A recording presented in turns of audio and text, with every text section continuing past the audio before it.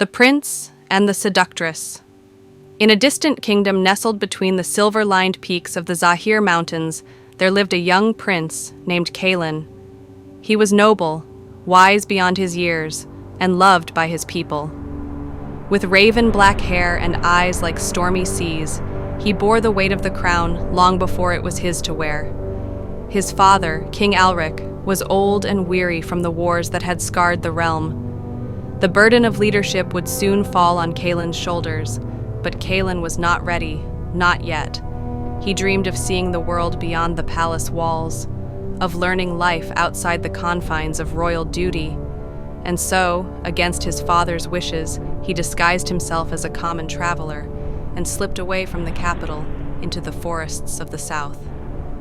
There, in the vibrant and dangerous city of Caerwyn, he met Sira, a woman whose beauty could bend the will of kings and whose voice could calm a storm. She danced in taverns, told fortunes in the square, and lived as freely as the wind. To the world, she was a mystery, a seductress, feared and desired in equal measure. Rumors claimed she could charm a man to madness, that she had once made a warlord burn his city just to keep her from another's arms. To Kalen, she was freedom. He watched her dance beneath lantern-lit skies, her hair a waterfall of fire, her laughter like music. She knew who he was, of course. A crown is hard to hide, but she played along with his charade, letting him buy her mead and walk her under the moonlight. For weeks, they lived a dream. They swam in rivers and kissed beneath falling stars. She taught him how to lie and steal without guilt. He taught her how to read and ride.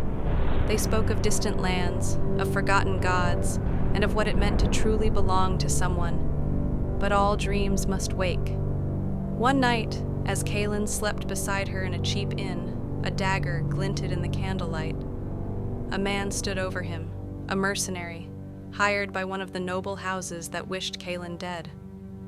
The prince would have died then, and there had Sira not slit the man's throat before he could strike. Kalen awoke covered in blood, his eyes wide with horror and confusion. Sira stood over him, the blade trembling in her hand. "You were followed," she whispered. "They know who you are." It turned out Sira had known all along. She was once part of a secretive group called the Thorns, spies and assassins who sold secrets like silver. She had been sent to watch him, maybe even kill him. But then she fell for him, against every instinct, every rule she'd lived by. "I was meant to end you," she said, "but you made me feel human again." Kalen's heart shattered. The woman he loved had lied to him every day, but she had also saved his life. He didn't know whether to hate her or kiss her. They fled together, hunted by assassins, nobles, and the very crown Kalen was born to inherit. They hid in ruins, lived off stolen bread, and fought side by side. And in those darkest nights, when the world had turned against them, they clung to each other like shipwrecked souls. Eventually, Kalen could run no longer. Word came that his father had died. The kingdom was in chaos.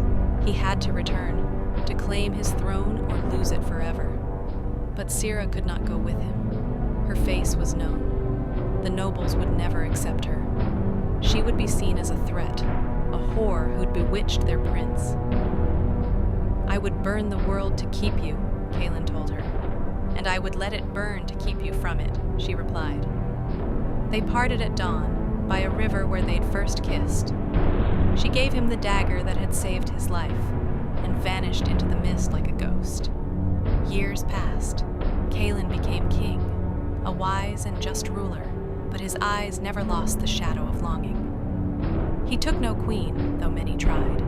He kept the dagger close beneath his throne, and often wandered alone at night, searching for a memory that would not return. Then, one winter, a letter came. A single line, scrawled in a familiar hand.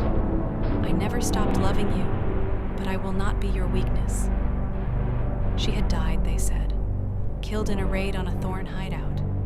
No body was found. But some say the king still walks the southern forests each year on the same night, leaving red roses by the river where they once said goodbye.